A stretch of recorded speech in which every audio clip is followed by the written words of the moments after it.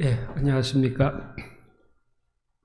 원효학당 2025년은 세 번째 프로그램이고, 세 번째 프로그램의 두 번째 시간입니다. 동아시아 불교는 어떻게 탄생했는가로 봐서는 다섯 번째 시간이고요. 그래서 꼽아야 될 숫자가 많더라고요. 그래서 좀 혼란스럽기도 합니다. 동아시아 불교를 확립하는데 중요한 역할을 하셨던 스님들 8분에 대한 강의를 진행을 하고 있습니다. 오늘은 여섯 번째 시간으로 천태지의 스님에 대한 강의가 되겠습니다. 저도 이런 내용은 잘 모릅니다만 천태지의 스님은 사실상 구마라집에서 시작된 중국 불교를 확립했던 1차 확립하셨던 분이라고 할 수가 있고, 그 정도로 중요한 분인데 우리나라에 그렇게 연구하시는 분들이 많지는 않은 것 같아요. 그래서 오늘 강의를 들으신 분들에게도 굉장히 도움이 많이 되시리라고 생각이 됩니다. 강의해 주실 지혜경 교수님은 연세대학교 철학과에서 2007년도에 천태지의의 원융사상연구로 박사학위를 받으셨습니다. 그 뒤에 동국대학교 박사후연구원, 또 미국 버지니아 주립대학에서 방문연구원 등을 지내셨고요. 지금은 동국대학교 불교문화연구소에서 초빙 연구교수로 계십니다. 책도 많이 쓰시고 논문도 여러 편 쓰셨는데요. 이게 논문이나 글 제목들을 보면은 그분의 세계가 이렇게 좀 보이거든요. 근데 이렇게 보면은 천태지에만 이렇게 사로잡히시지 않으시고 우리 현대사회나 문화와 관련된 여러 문제들, 또 때로는 가톨릭과 관련된 문제들에 대해서도 다양하게 글을 쓰신 것을 볼 수가 있었습니다. 그래서 우리나라 천태지 연구하시는 분이 몇 분 안 되시다고 하는데 그 중에 한 분으로 굉장히 귀중한 분이라고 할 수 있는데, 오늘 지 교수님께 천태지에 대해서 배우는, 공부하는 그런 시간이 되겠습니다. 네, 지 교수님 모시도록 하겠습니다.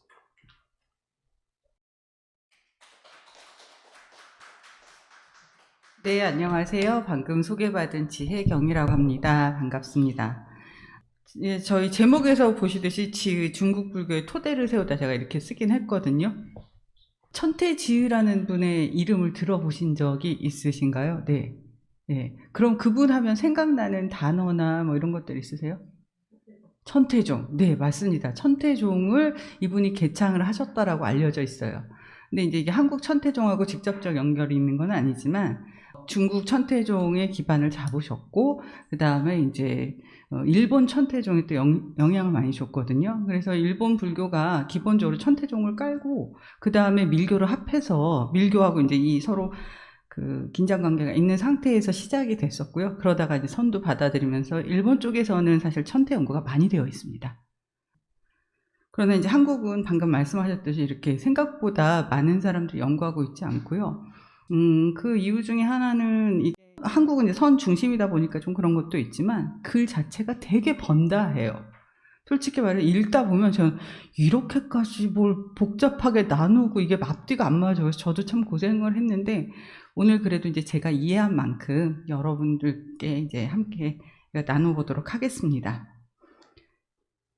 네, 그래서 이제 제가 요 단어들을 가져왔는데 이 단어 들어보신 적 있나요? 지관. 네, 지관이라는 개념, 사마띠, 관은 윗바사나. 그거를 두 개념을 처음으로 합쳐서 쓴 사람이 지의입니다. 그래서 이제 이 사람은 이걸 이제 기본 불교를 통합할 수 있는 개념이라고 지관을 생각을 했어요. 모든 불교는 맨 처음에는 선으로 통합이 가능하다고 했었어요. 선. 우리 알고 있는 선불교의 선자, 그거로 다 모든 불교의 교리며 수행이며 다 통합할 수 있다고 생각해서 그런 책을 썼고요. 그러다 이제 나중에 선보다는 지관이라는 개념이 더 낫겠다 해가지고 이 지관이라는 개념을 써서 마하지관이라는 대지관이라는 책을 씁니다. 그게 이제 되게 중요한 책으로 알려져 있고요. 그다음에 일념 삼천은 다 들어보셨죠? 마음의 삼천 내천 세계가 갖추어져 있다. 이 개념도 지의가 강조해서 사용을 하고 있습니다. 그 다음에 58교는 교판할 때 다 들어보셨죠? 부처님의 교리를 그러니까 시간대로 해서 5개의 시간대가 있고 그 다음에 8개의 교리가 있다고 얘기를 하거든요. 그래서 이제 우리나라에서는 재관이라는 분, 천태종 공부하신 재관 스님이 고려시대 때 천태사교의에서 이걸 분명하게 얘기를 하고 계시는데요. 지혜가 이제 요런 이야기들을 하고는 있어요. 58개로 붙이지는 않았지만. 네, 요 이야기들을 좀 해보도록 하겠습니다. 그래서 제가 이 단어들을 가져온 건 그래도 이 정도 단어들은 우리들한테 많이 알려져 있지 않았을까 해서 가져와 봤었습니다. 지혜에 대한 그 초상화가 뭐 남겨져 있는 건 아니지만 이렇게 사람들이 그린 모습은 이렇습니다. 그래서 이렇게 보면 앞에 이렇게 튀어나왔으니까 생각을 되게 많이 했을 것 같죠. 그러니까 생각을 많이 하면 전두엽이 튀어나오거든요. 수행을 많이 하신 분은 여기가 이렇게 튀어나오시고 뾰족하게.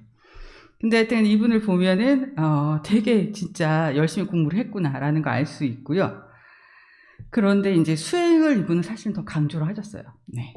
그래서 이제 천태종의 실질적 개조라고 부릅니다. 그러니까 원래는 이분 앞에 이분의 스승인 해사라는 분이 계세요. 그리고 해사 이분은 이제 법화경에 의한 법화 삼매 수행이라는 것을 강조를 해서 천태지에게 가르쳐 줬었고요. 해사의 스승이 해문이 있습니다.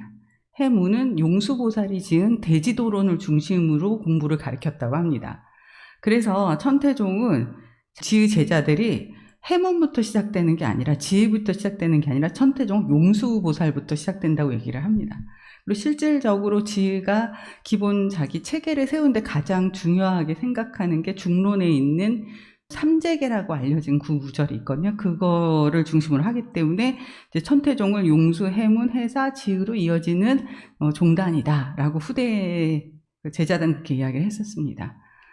그리고 요거는 이제 뒤에서 또 자세히 얘기하도록 하겠습니다. 그 다음에 이제 이분이 살았던 시기가 왕조가 교체하던 혼란기였어요. 춘추 전국 시대, 그거 이후에 뭐 진나라, 한나라, 그쵸? 한나라 이후에 혼란기가 위진 남북조, 그 다음에 수거든요. 이분이 이제 남조 시대하고 수에서 넘어가는 그 기간에 살았어요. 그러니까 남조가 이렇게 왕조가 안정되어 있지 않았기 때문에 막 왕조가 바뀌면서 전쟁이 많고, 그래서 되게 힘든 시간을 이제 많이 보냈었거든요. 그러니까 집안 자체는 이제 몰락 귀족의 집안인데, 이제 진나라 왕조의 일을 하면서 이제 어떻게 좀 잘 살아보려고 했었는데 왕조가 망하면서 아버지 돌아가시고 뭐 그래서 되게 힘든 그 상황을 이제 많이 겪으셨었어요. 그리고 실제로 스님이 된 이후에도 이 왕조 교체이기 때문에 많은 상처도 받으시는 일이 있었고요. 왜냐하면 이제 진나라 왕조의 마지막 왕조의 그 왕한테 보살개를 줬어요. 그랬는데 그 사람이 이제 수나라를 세운 사람한테 죽게 되거든요. 그랬는데 그 수나라 그 수양제가 또 이제 보살개를 요구를 해요. 그러니까 내가 사랑하던, 내가 아끼던 사람들을 죽인 그 사람한테 또 보살개를 줘야 되는 그런 힘겨움을 또 겪었기도 했었고요. 근데 이분이 주로 활동했던 그 지역이 이제 형주 지방인데 남조하고 북조하고 거쳐서 있었다고 그러더라고요. 그래서 남조하고 북조의 그 문화가 막 이렇게 섞여 있고, 그래서 되게 이제 혼란한 시기를 살으셨었고요. 그 다음에 이제 북조 지방의 불교 같은 경우는 수행을 중심으로 했대요. 남조 지역의 불교는 교학을 공부를 했다고 그랬거든요. 그래서 두 개를 다 이렇게 섭렵하신 분이세요. 그래서 교학과 선학을 같이 통합할 수 있는 어떤 체계를 세우려고 하셨습니다. 그래서 이분이 이제 다양한 이제 체계들을 많이 세우면서 이분의 아이디어를 후대에 많이 이제 수용을 해요. 그래서 이분이 정리한 내용들에 의해서 중국적인 어떤 불교 사유가 시작된다라고 볼 수 있기 때문에 이제 중국적 불교의 시작이라고도 보고요. 그러니까 예를 들어서 어떤 학자들은 이거는 이 천태지혜 같은 경우는 용수의 공사상을 중국적으로 처음으로 해석한 사람이다. 뭐 그렇게 얘기를 하기도 해요. 근데 어떤 사람은 아니다. 그 전에 그 모든 논의들을 정리해서 새로운 중국 불교를 시작할 수 있게 해줬다. 뭐 이렇게 보기도 합니다. 그러니까 이 사람을 시작으로 볼지 시작을 위한 토대를 마련해 줄지는 학자들마다 조금 다릅니다. 그래서 이제 아버지가 돌아가시고 이제 어머니와 형님만 남았을 때 이분이 출가를 결정을 해요. 18살에. 근데 집안에서 반대가 심했죠. 우리 그 먹고도 살아야 되고 하는데 이렇게 반대를 하는데 반대를 해서 이제 어머니가 반대하기가 방법이 없었던 거예요. 그래가지고 일단은 잠깐 출가를 안 했다가 이제 그 어머니 돌아가시고 나서 출가를 결정해서 18세에 출가를 합니다. 그래서 2년 만에 구족계를 받고요. 그 다음에는 여기저기를 이제 돌아다니면서 공부를 합니다. 그 유행을 한다고 그러죠. 그러니까 스승을 찾아다니면서 여기저기 돌아다니면서 이제 하시게 된 거예요. 그러다가 해사 스님이 뛰어난 분이 있다라고 해서 그분을 찾아가요.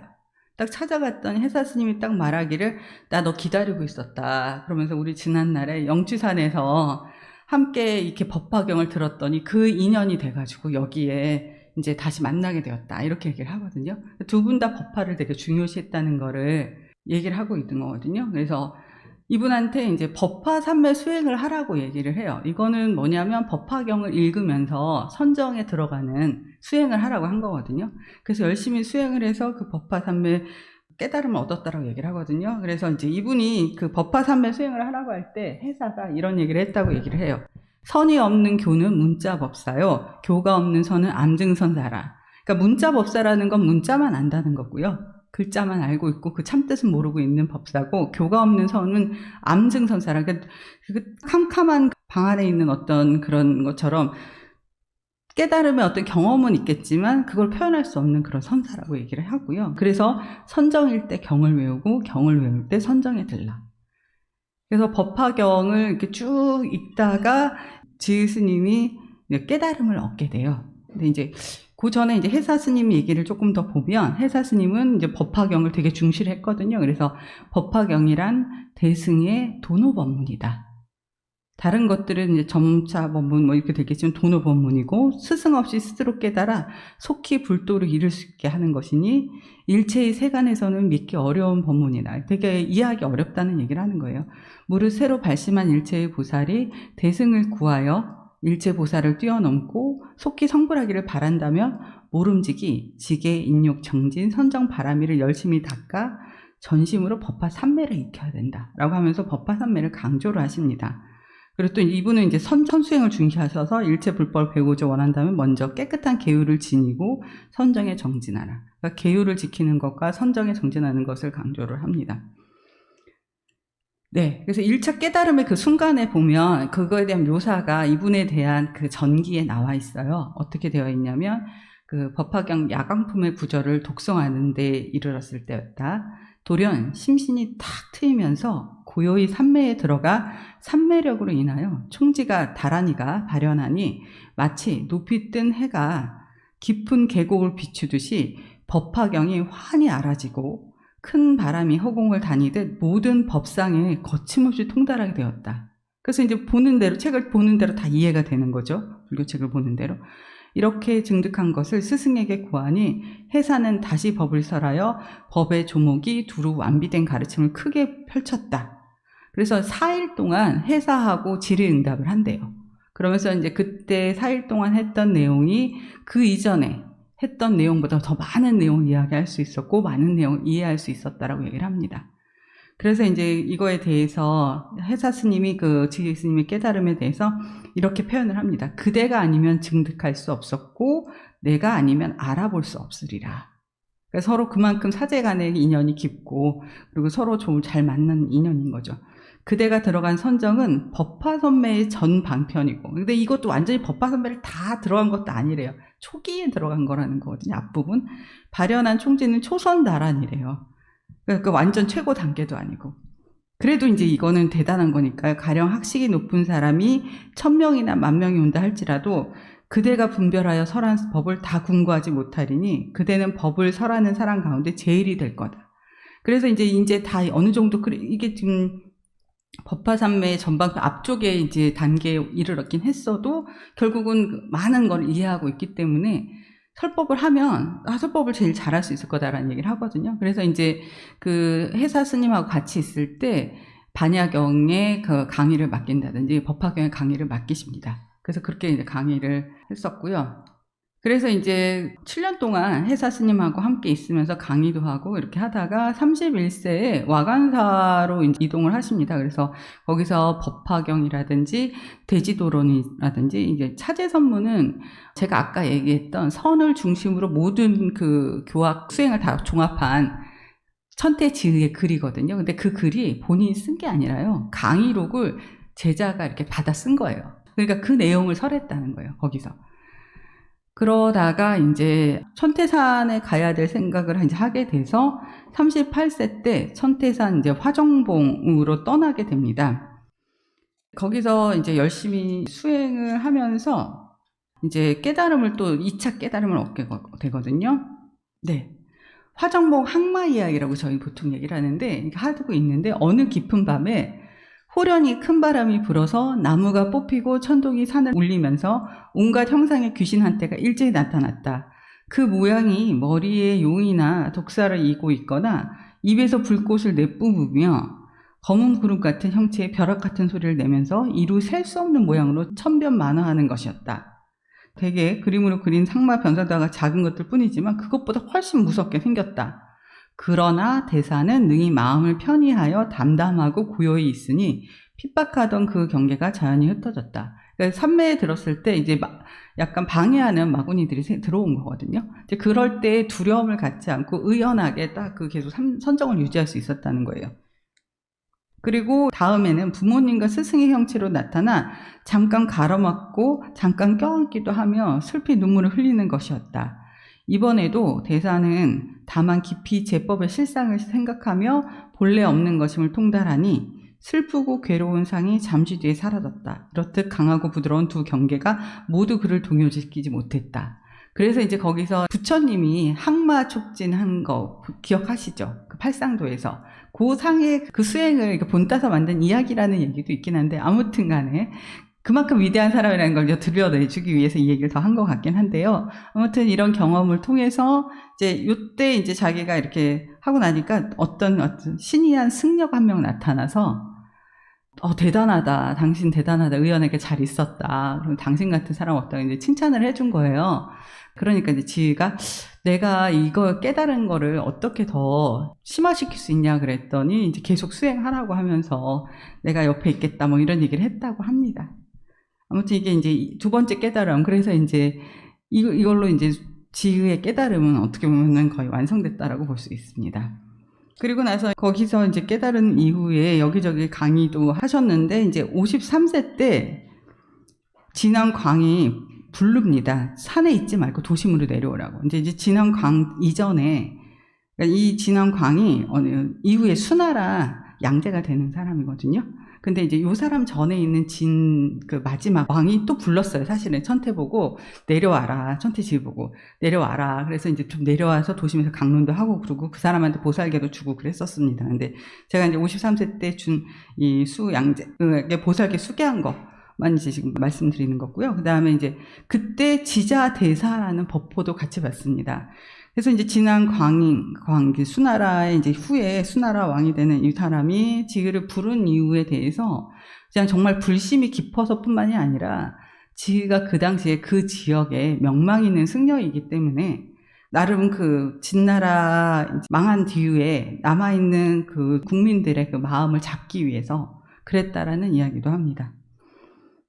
그리고 나서 이제 55세 때 형주로 또 이동을 해요. 또 그쪽 옆에 지역으로 이동을 해서 이제 옥천사를 건립하는데, 옥천사 건립과 관련해서 되게 흥미로운 이야기가 이제 전해 내려지거든요. 그래서 옥천사를 이제 지으려고 그 땅 있는 데 갔더니 사람들이 황무지고 막 뱀 나오고 이상한 곳이라고 가지 말라고 그러는 거예요. 그런데 이제 가서 보니까 이제 나무 안에 이렇게 구멍이 있어서 자선을 할 수 있으신 거예요. 그래서 자선을 했죠. 하다 보니까 막 뱀이 나타나서 잡아먹으려고 막 하는데 그거를 의연하게 또 이제 버텨내셨죠. 한 7일 지나고 나니까 어떤 장수가 나타났다는 거예요. 장수가 나타나서 이제 당신 누구냐 하면서 얘기를 하면서 나는 이런 사람이다 얘기를 하는데 잘 들어보니까 관우인 거예요. 관우가 형주의 그 부목이었다고 얘기를 하더라고요. 그래서 이제 그 얘기를 듣고 관우가 내가 성불할 수 있게 7일 동안 더 선정을 해주고 나한테 설법을 해달라. 그래서 그렇게 해주고 나니까 그 황무지 갔던 곳이 약간 평지가 되면서 물도 다 사라지고 건물을 지을 수가 있었다는 그런 전설이 내려옵니다. 그래서 아무튼 옥천사를 건립하고 거기에서 법화현이라는 책하고요. 마하지건 아까 말씀드렸던 그거를 강의를 합니다. 그래서 지의의 제자인 관정이라는 사람이 그걸 다 기록을 해요. 그렇게 해서 책으로 남았습니다. 그러고 나서 이제 57세에 다시 또 천태산에 들어가서 이제 수행을 하면서 제법 10조라고 이제 수행자 집단들이 종단 사람들이 지켜야 될 계율들을 얘기를 하고 59세에 석성산에서 입적을 하게 됩니다. 네. 그래서 이제 그 계율 내용 잠깐 보면요. 교단 대중이 어떤 마음을 가져야 되는지, 참선 수행자는 어떠해야 되는지, 뭐 예불 수행자는 어떤 마음을 가져야 되는지. 그러니까 참선도 하지만 예불도 되게 중요시 여겼다는 거예요, 기도도. 그리고 이제 또 별도 도량에서 수행하는 사람은 어떤 마음을 가져야 하는지. 이제 이분이 또 지관수행법 설명을 하면서 사종 삼매라는 걸 하거든요. 4가지 삼매인데, 내가 앉아서 하는 삼매, 그 다음에 서서 하는 거, 그 다음에 반은 앉고 반은 서고, 그 다음에 자유롭게 하는 삼매, 수자의 삼매라고 얘기를 하거든요. 아시는 것 같은데요, 다? 네, 그 4가지 삼매를 따로 수행하는 사람들의 마음가짐, 그 다음에 행정일을 보는 사람은 어떻게 해야 된다. 그래서 절대로 이제 사익을 위해서 돈을 쓰면 안 된다. 뭐 그런 내용이 있고요. 그 다음 식사 시의 마음가짐, 그 다음에 생선, 고기, 오신채, 술을 금지했고요. 그 다음 쟁론, 불교는 화합을 해야 되는 거니까 쟁론을 금지시켰고, 비방을 금지했고, 참여를 하지 않는 일을 퇴출시킨다. 이런 10가지 조항을 만듭니다. 네. 이게 이제 지의에 대한 기본적인 얘기고요. 지의가 이제 모든 그 당시에 그 다양한 경전들이 사실은 순서 없이 들어왔어요. 그러니까 인도에서는 아비달마, 초기 불교 그 아함경이 있은 이후에 그 다음에 거기에 대한 주석이 달린 아비달마 책들이 이제 나왔다면 그 이후에 이제 중관 사상, 그 다음에 유식 사상 이렇게 발전이 돼갔잖아요. 근데 이제 중국에 들어올 땐 그게 한꺼번에 다 들어온 거예요. 그러니까 이제 이 불교를 이제 도교랑 비슷한 거다 처음에 생각했던 사람들이 막 책을 보면서 혼란스러운 거죠. 여기서는 뭐 그래 뭐가 있다고 그러는데 저기서는 없다 그러지.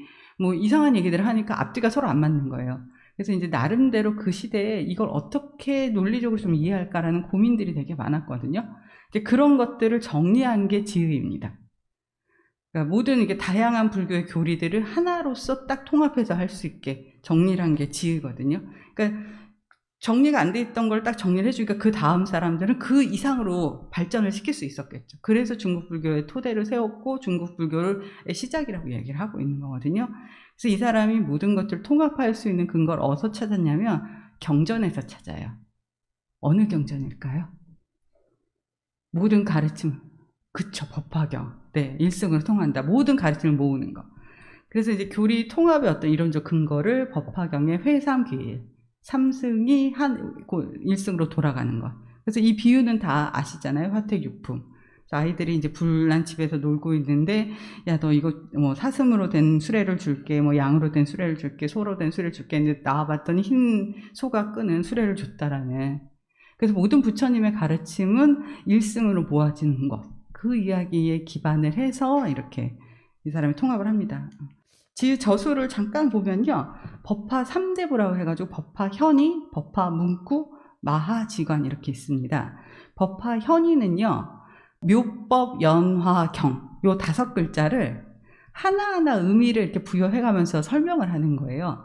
그래서 여러분들이 이제 중국 주석서를 보다 보면 요렇게 이렇게 제목을 경의 대방광불 화엄경 이러면 대가 어떤 의미가 있고 방이 어떤 의미가 있고 막 이렇게 쓰거든요. 그런 방식을 지가 처음 한 거예요. 법화현이. 그 다음에 법화 문구는 법화경의 문구 하나하나들에 대해서 주석을 이렇게 달아요. 주석을 달 때 이제 지 나름대로 이제 4가지 범주로 이제 하는데 수행의 관점에서는 어떻게 하는가라는 것도 포함을 시켰습니다. 그걸 관심석이라고 하는데 그렇게 해서 법화 문구가 있고 그러면 이제 2개는 이제 경전에 관한 거잖아요. 교학에 관한 거. 그 다음에 이거를 실천하는 수행론으로서의 마하지관이 있습니다. 그리고 이제 석선바람을 찾아본문이 아까 말했듯이 마하지관이 만들어지기 전에 그걸 이렇게 정리하기 전에 선이라는 개념으로 모든 수행법과 교학을 통합시키려고 했던 책이고요. 그 다음에 제자인 모희라는 사람을 위해서 또 이제 수행법 육묘 법문이라는 책을 썼다고 하는데 여전히 보면 볼수록 도대체 이렇게 수행하는 게 어떻게 하라는 건지가 좀 그림이 안 그려지긴 하지만 아무튼 지의의 수행론, 이게 부정지관이라고 해서 정해져 있지 않은 그 자유로운 수행법의 그 대표적인 책으로 알려져 있습니다. 그 다음에 수습지관 좌선법요라는 이 책은 이제 소지관이라고도 알려져 있는데요. 25개의 방편이라는 게 있거든요. 그래서 이제 수행을 하기 위해서 우리가 이제 뭘 준비를 해야 되느냐. 그랬을 때 이제 우리가 이제 머물고 있는 이 공간은 어떤 식으로 준비하고, 음식은 어떻게 준비하고, 그 다음에 이제 숨은 어떻게 쉬고, 그 다음에 뭐뭐 준비해야 되고, 스승은 어떻게 만나고, 뭐 이런 것들을 이제 정리하는 게 소지관입니다. 그 다음에 이제 아까 말했던 그 진왕 광해의 그 요청에 따라서 소를 하나 써주는데 유마경소를 하나 써주게 되고요. 그 관심론이라는 책을 했는데 이 두 책은 나중에 지희가 죽은 뒤에 지희 제자 관정이 이제 아까 말했던 진왕 광한테 헌사를 하게 되는 책입니다. 네, 여기까지가 일단 이제 그래서 통합적 근거로서 이제 세 개가 이제 하나로 돌아가는 그런 걸 얘기를 했고요. 이제 지혜는 그럼 어떻게 통합을 하고 있냐, 이 통합의 구조를 가져왔는데요. 저는 이제 이걸 3회 논리 구조라고 얘기하거든요. 지혜는 3이라는 숫자하고 10이라는 숫자를 되게 좋아해요. 네, 그래서 모든 걸 3으로 다 맞추고요. 모든 걸 다 10으로 맞추고 막 이렇습니다. 그래서 이제 특히 이제 많이 하는 게 이제 3이어서, 이거 많이 보셨죠? 인연소생법, 아솔즉시궁, 영영위가명, 역시 중도의. 네. 인연으로 생겨난 법을 나는 곧 공이라고 얘기를 하고, 또한 그걸 가명이라고 이름을 하고, 또 중도라고 한다. 네. 삼재계라고 알려져 있거든요. 여기에서 지혜가 공가중 삼재를 뽑아냅니다. 공재, 가재, 그 다음에 중도재. 그러니까 공은 뭐냐면, 그러니까 다들 아시듯이 이제 모든 존재하는 것들이 그 실체가 없이 변화한다. 그 다음에 가재는 그렇지만 임시적으로 존재한다. 그 다음에 중도재는 그것들이 이제 자유롭게 서로 어떻게 보면은 이제 고정된, 공재와 가재가 고정된 게 아니라 이게 서로 이렇게 뭐랄까 통섭한다고 할까, 그런 의미로 이제 중도재를 이야기를 하고 있습니다. 그때 이제 이 지혜의 시대 때 또 되게 중요시 얘기됐던 게 이재설이에요. 이재설. 진재하고 속재. 그러니까 세속의 진리와 진리의 이치, 그래서 진재와 속재의 관계를 얘기를 할 때, 당시 유행했던 이제 삼론정이나, 그러니까 그 용수의 공사상을 받아들였던 삼론정 같은 경우는, 이거를 이제, 속재는 유재, 그러니까 존재하는 것, 진리. 그 다음에, 진재는 공재, 공을 얘기하는 거. 그러면서 이거를, 근데 이거는 또 이 진재는 또 우리가 집착하면 안 되니까, 이건 또 다시, 그러니까 공재, 유재. 그러니까 이게 또 유재가 되는 거예요. 공재, 진재가 공재가 되면서 그걸 또 비판하면서 또 다른 진재를 또 세워요. 그런 식으로 계속 무한 소급이 되거든요. 그러니까 그거를 계속 무한 소급되는 논의가 돼버리니까 안 되겠다 싶어서 지혜가 이 중도재 이렇게 해서 이거를 이렇게 분리해서 얘기한 중도재를 놓으면서 더 이상 논의를 진전시키지 않고요. 이 삼재를 각각 얘기하는 경력 삼재를 속재라고 봤어요. 그리고 요 세 개가 각각이 분리된 게 아니라 부처의 눈에서 보면 다 서로 그렇게 서로 통합되어 있는, 원융되어 있는 거다라고 보는 걸 진재로 봤어요. 그렇게 해서 나름의 그 논리 체계를 만듭니다. 그래서 나름의 이제 진재와 속재의 무한 소급을 막아버리는 지혜만의 어떻게 보면 좀 중국적인 체계를 만들게 되거든요. 그래서 이제 이 삼획 논리 구조를 지혜가 여기저기서 많이 쓰는데요. 채용은 들어보셨죠? 채용을. 그 채와 그 다음에 그거의 작용. 근데 종을 하나 더 넣어요, 지혜는. 이제 요 개념은 어디서 나오냐면, 지혜가 법화현의라는 책에, 그래서 이제 경전을 분석할 때 이름과 그 다음에 채와 그 경전의 그 핵심적인 채와 그거의 드러난 모습과 그거의 작용, 그 다음에 요리, 이런 식으로 해서 원래는 이 최종용만 얘기하는 게 아니라 전체를 다른 것들을 얘기하는데 제가 요 세 개만 뽑아서 요 세 개의 통합의 구조를 계속 쓰고 있다는 걸 말씀드리려고 했거든요. 그래서 이제 체는 이제 그 지혜가 또 얘기하는 진성계라는 거하고 연결되고 관적계랑 연결되고 자성계랑 연결되는데 요 세 개가 이제 삼법이 묘하나라고 해서 지혜가 정문신묘를 얘기할 때 있거든요. 네, 아무튼 좀 복잡하게 치는데 요거를 잠깐 볼게요. 진성계는. 원교가 들어가니까 좀 애매하겠네요. 아무튼 이렇게 해서 일단 그렇게 이제 삼의 구조를 가지고 모든 그것들을 이렇게 10개의 것들을 이제 셋으로 나눠서 얘기를 해요. 하나는 삼도 같은 경우 고도, 번뇌도, 업도. 삼식 해가지고 아말라식, 아레야식, 아타나식. 아무튼 이렇게 세 개를 하고 그 다음에 불성도 정인불성, 요인불성, 연인불성이라고 이렇게 나누거든요. 그러니까 불성 자체가 그 깨끗한 불성을 정인불성인 거예요, 원래 있는. 그 다음에 이제 수행을 통해서 얻게 되는 불성, 요인불성, 연인불성 이렇게 나눠서 보고요. 그 다음에 좀 쉬운 걸로 가볼게요. 삼신, 법보응 아시죠? 법신, 응신, 보신, 응신. 네, 법신이 부처님의 법신이 있고, 그것이 이제 그 수행을 통해서 얻게 되는 과보를 얻게 되는 보신이 있고, 그 다음에 수행하는 사람들의 아니면 중생들의 마음에 따라서 응해서 나타나는 모습이 있고, 화신. 요 세 가지가 이제 보통 이제 부처님의 몸을 이야기할 때 많이 얘기를 법신불, 보신불, 화신불 이렇게 얘기를 하거든요. 근데 이제 요런 것들이면 다 이거 합쳐가지고 계속 3의 구조로 다 모든 것을 분류해서 설명을 하고 있습니다. 네, 그래서 법보, 불보, 이제 승보 뭐 이렇게도 그 부류도 그거랑 연결시키고요. 그 다음에 이제 지관도 세 개의 지관, 세 개의 관, 뭐 그래서 하나의 마음에 공을 보는 공관, 그 다음에 가를 보는 가관, 그 다음에 중도를 보는 중도관, 이렇게 세 가지를 다 가능하게 한다라는 이런 3의 구조를, 논리 구조를 가지고 있습니다. 그리고 이제 그 당시에 다양한 경전들이 이렇게 들어오다 보니까 지가 그 교판을 정리를 하게 돼요. 교판은 들어보셨죠? 그러니까 불교의 경전들을 어떤 식으로 순서로 나눌지, 아까 얘기했던 58교. 근데 58교가 나오기 전에 당시에 많은 교판론들이 있었어요. 지의 이전에. 그래서 남북조 시대 때 이제 한 20개의 교판론이 있었다고 얘기를 하거든요. 어떤 교판은 부처님의 말씀은 다 한 말씀이야. 그래서 그거밖에 없는 거야 라고 해서 교판을 안 한 데도 있고요. 또 부처님 깨달으신 뒤에 12년까지는 온전하게 설하지 않았고 12년 그 이후에 12년에 또 온전하게 설했어. 뭐 그런 식으로 나누기도 하고요.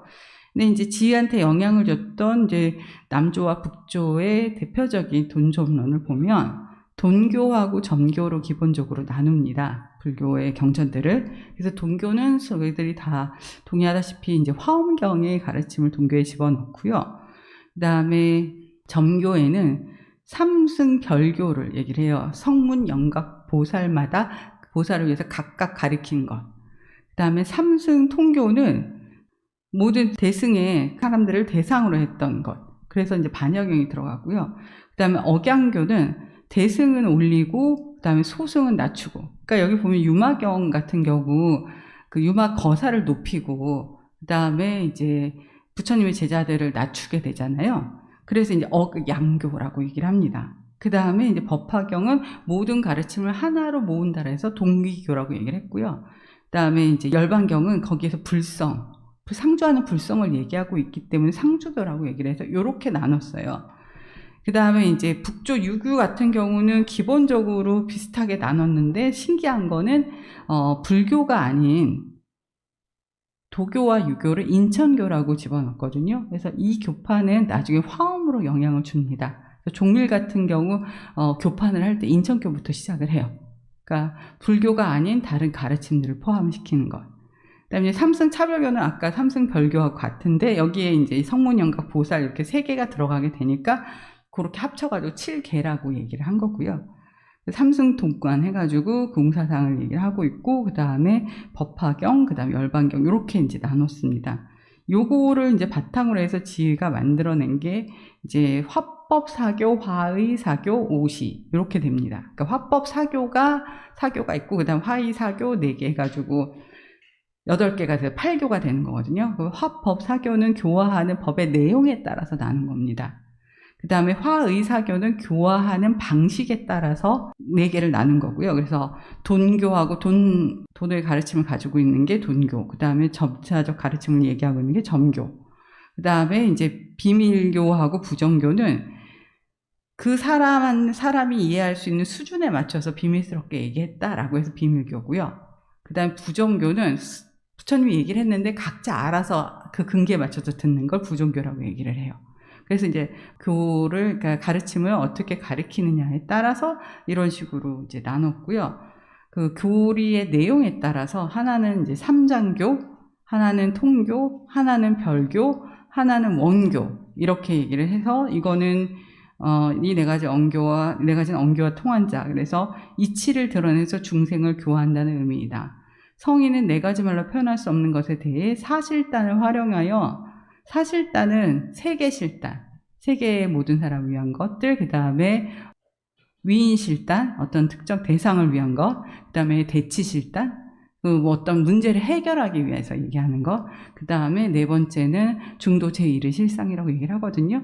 그래서 3장교 같은 경우는 3장의 가르침을 가지고 있는 거예요. 저희 그 경륜론 3장. 그래서 아비달마 쪽을 이야기를 하고 있거든요. 그러니까 이제 모든 사람들한테 하는 설법에서 이제 세계실단하고 연결돼서 3장교라고 하고요. 통교는 대승을 위해서 설한 거기 때문에 통교라고 얘기를 해요. 그 위인실단에 이제 연결시켜가지고, 세 번째 별교는 공예에 이렇게 집착해가지고 깨달음을 못 얻는 사람들을 위해서, 그래서 그 설한 거다. 그래서 여기서는 이제 유식이랑 그다음에 열애장 사상이 이제 들어가게 되고요. 그다음에 원교는 이제 제1의 실상하고, 그러니까 제1의 실단하고 해서 모든 그 가르침을 뭐랄까 총괄할 수 있는 어떤 가르침, 실체를 얘기하고 있는 가르침, 이렇게 얘기를 합니다. 그래서 원교를 조금 더 살펴보면요, 원교는 어떤 거냐면 원은 치우치지 않음을 말한다. 그래서 이 교는 부사이한 인연을 가진 중도의 실상의 이치를 밝힌다.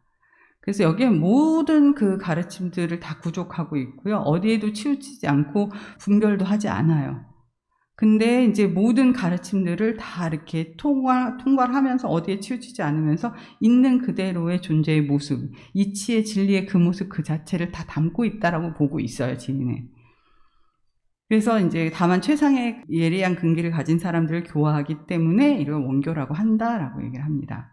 그래서 이게 이제 최고의 가르침이거든요. 그래서 이제 이런 가르침은 다른 경전에도 많이 있어요. 법화경도 있고 어디에 다 있는데, 그래서 화엄경은 원만함을 밝히는 경전이다. 이 경은 일념이 일체법임을 아는 것이 곧 좌선 도량임을 밝힌다라고 돼 있어. 그러니까 일념 안에 모든 것이 다 갖추어져 있는 것을 밝히고 있다는 것.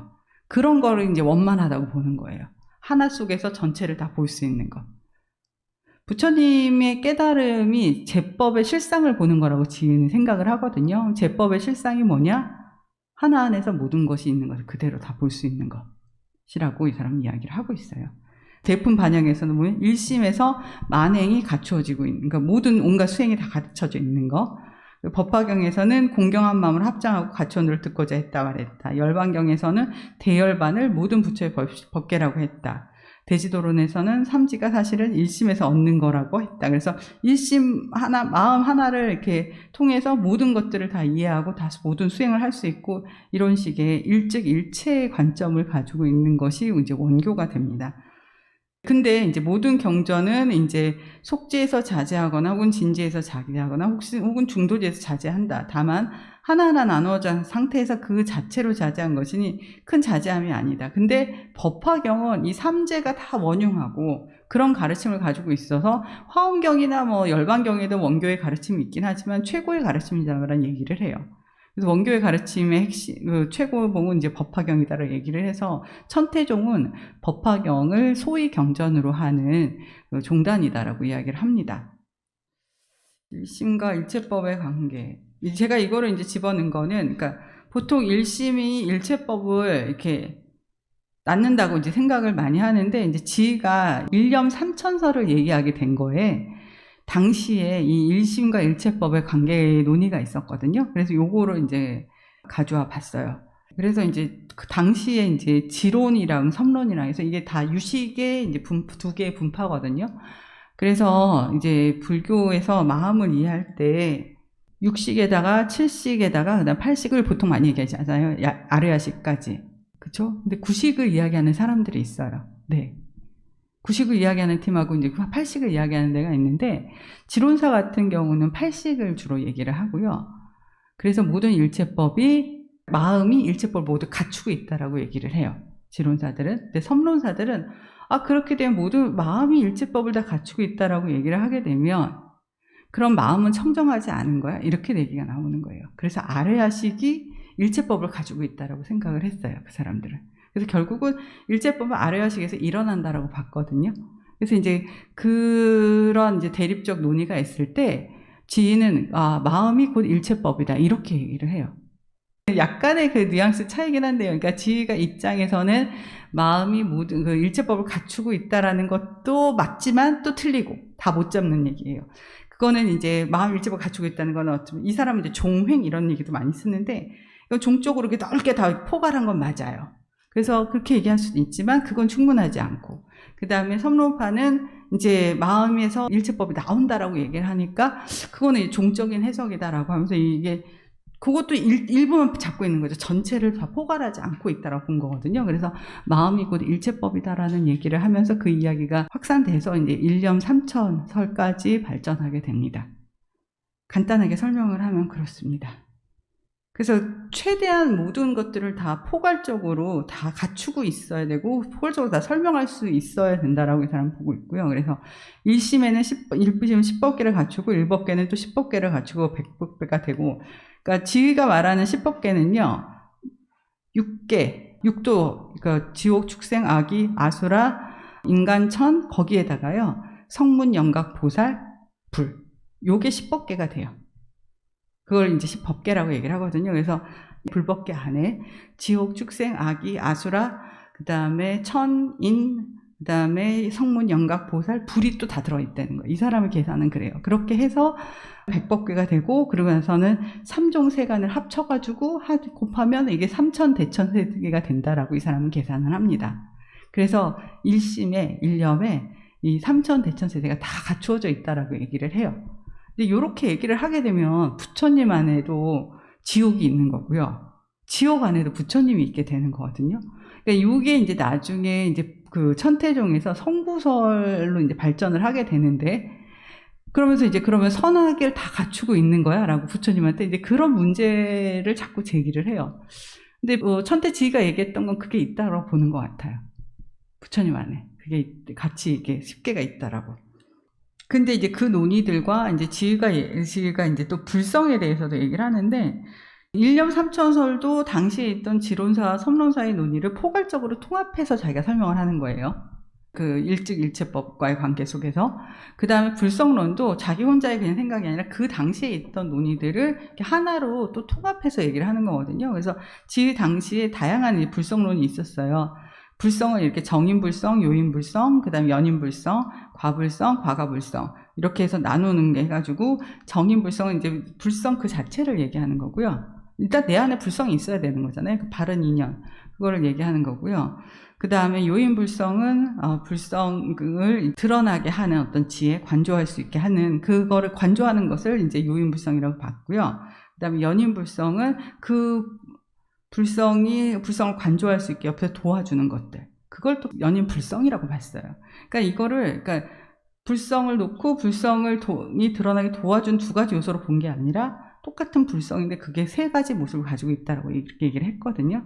근데 그러고 나서 이제 과불성 해가지고 이제 그걸 그런 그 수행을 통해서 얻게 되는 결과, 그 다음에 그 최종적인 대열반까지 이렇게 나눠서 얘기를 하는데, 당시에 이제 개선사 지장이나 승민이나 삼론학파가 요인불성은 다 지혜라고 동의를 했었고요. 과불성과 뭐 과가불성도 뭐 보리 대열반 이렇게 다 얘기를 했는데, 지혜는 과불성과 과가불성에 대해서는 얘기를 하지 않습니다. 어차피 결과로서 불성을 얻었으면 됐기 때문에 그걸 강조해서 얘기하지 않거든요. 그래서 이 앞에 세 개만 가지고 얘기를 해요. 정인불성, 요인불성, 연인불성. 근데 이제 연인불성에 대해서 이제 각각의 학파마다 그 강조하는 게 이제 다르거든요. 12이념, 육바라밀 뭐 이렇게 하는데, 지혜는 연인불성을 그냥 열어놓습니다. 다양한 수행법들을 다 포괄을 시키고요. 그래서 법성의 실상을 정인불성, 반조의 관야가 요인불성, 다섯 바라밀의 공덕으로 반야가 작용해 돕는 것을 연인불성이라고 합니다. 그래서 특히 이제 육바라밀로 이 사람은 더 강조를 해서 얘기를 하고 있네요. 그러니까 법성, 내 안에 있는 불성의 그 모습 그 자체가 정인불성. 그 다음에 그거에 비추는 작용이 요인불성. 그 다음에 육바라밀의 공덕으로 해서 반야가 작용하게 하는 게 연인불성. 이런 식으로 이제 정리를 합니다. 그 사람 나름대로. 그러면서 그거에 근거해서 법화경의 이 구절을 이렇게 번역을 해요. 그러니까 나는 너희들을 없인 여기지 않는다. 너희들은 모두 장차 부처가 될 것이다. 이거는 정인불성을 얘기한다는 거예요. 이해가 되시죠? 우리 안에 불성이 있다는 걸 인정해 준다는 거거든요. 인정하는 말. 그다음에 또한 사중은 경전을 읽고 외우며, 그러니까 경전을 읽는다는 게 우리의 반야 관조가 작용하게 하는 거기 때문에 이걸 요인불성이라 하고요. 온갖 공덕을 닦는다 해서 이제 앞에서는 5바라밀의 공덕만 얘기했지만 사실은 다른 온갖 공덕을 닦아서 반야를 빛나게 해주는 것, 그게 연인불성이다라고 얘기를 합니다. 그래서 이런 식으로 당시에 있었던 불성 논의도 사배 논의로 이렇게 정리를 해요. 그리고 이제 또 이제 그거 말고 이제 인간의 마음을 설명하는 이제 화엄경의 구절, 신법과 불법과 중생법, 이렇게 세 개를 나누거든요. 화엄경에서. 그래서 이 세 가지 차별의 마음의 미진을 파하여 삼천의 경전이 나온다. 이런 구절이 있거든요. 이게 있었기 때문에 지가 일념 삼천사를 얘기할 수 있었던 거예요. 그래서 이 신법은 이제 우리 마음을 얘기하는 거고요. 불법은 우리 안에 있는 불성이고요. 중생법은 우리 안에 있는 중생의 모습인 거거든요. 그래서 이제 신법을 자세히 해석한다. 앞에서 뭐 이렇게 신법과 다를 수 있겠는가 하면서 중생법은 너무 방대하고 불법은 너무 높아서 처음 배우는 이에게 너무 어려울 뿐이다. 그러나 신법, 불법 및 중생법은 세 가지 차별이 없는 것이니 다만 스스로 자신의 마음을 관찰한다면 쉽게 여겨질 것이다. 라고 하면서 이 신법이라는 게 신법을 신법, 불법, 중생법 요 세 가지가 차별이 없다는 걸 또 신법이라고 부르는 거예요. 그러니까 아까 이제 보여드렸던 요 3회 불교 체계에서도 그냥 집어넣으면 이거를 중도제가 불법이 될 수 있고요. 그 다음에 중생법이 가제가 될 수 있고, 그 다음에 공제가 신법이 되는 거거든요. 이걸 통과를 해서 신법이라고 또 부르는 거예요. 그런 식으로 해서 그 셋을 나눠서 얘기하면서 그걸 또 통합해서 얘기하는 거. 그래서 결과적으로는 이 마음만, 내 마음만 수행하면 되는 것 쪽으로 논의를 끌어갑니다. 그러니까 부처님의 마음이 내 안에도 있고, 그 다음에 중생의 마음도 내 안에 있어요.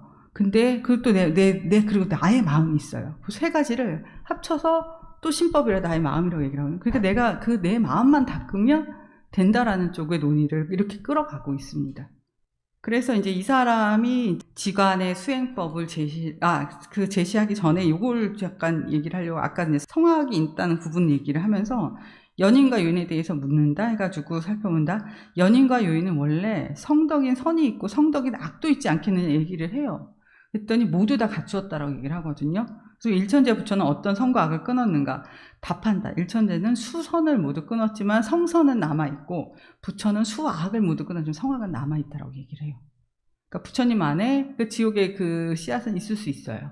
그렇지만 그걸로 인해서 더 파생되는 악은 없는 거예요. 그런 이야기들을 합니다.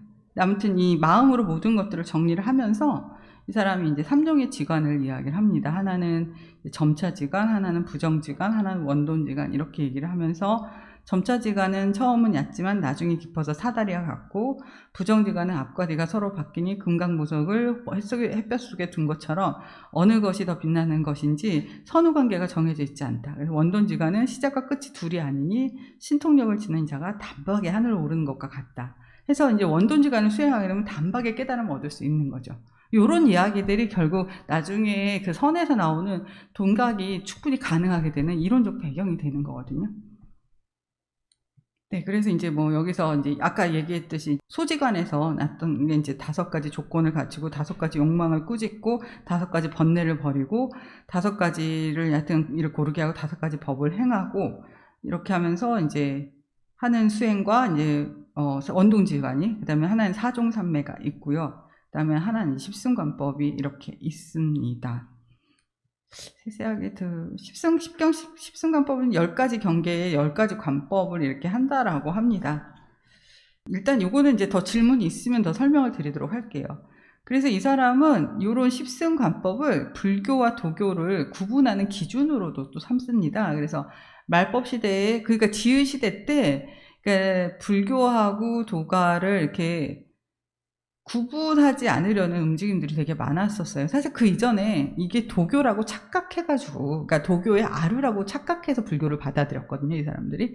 그러면서 도가의 개념들, 그러니까 도가의 무개념을 가지고 공을 설명하려고 했고, 그래서 최대한 도가와 유사하다는 걸 되게 강조를 했었어요, 불교들이.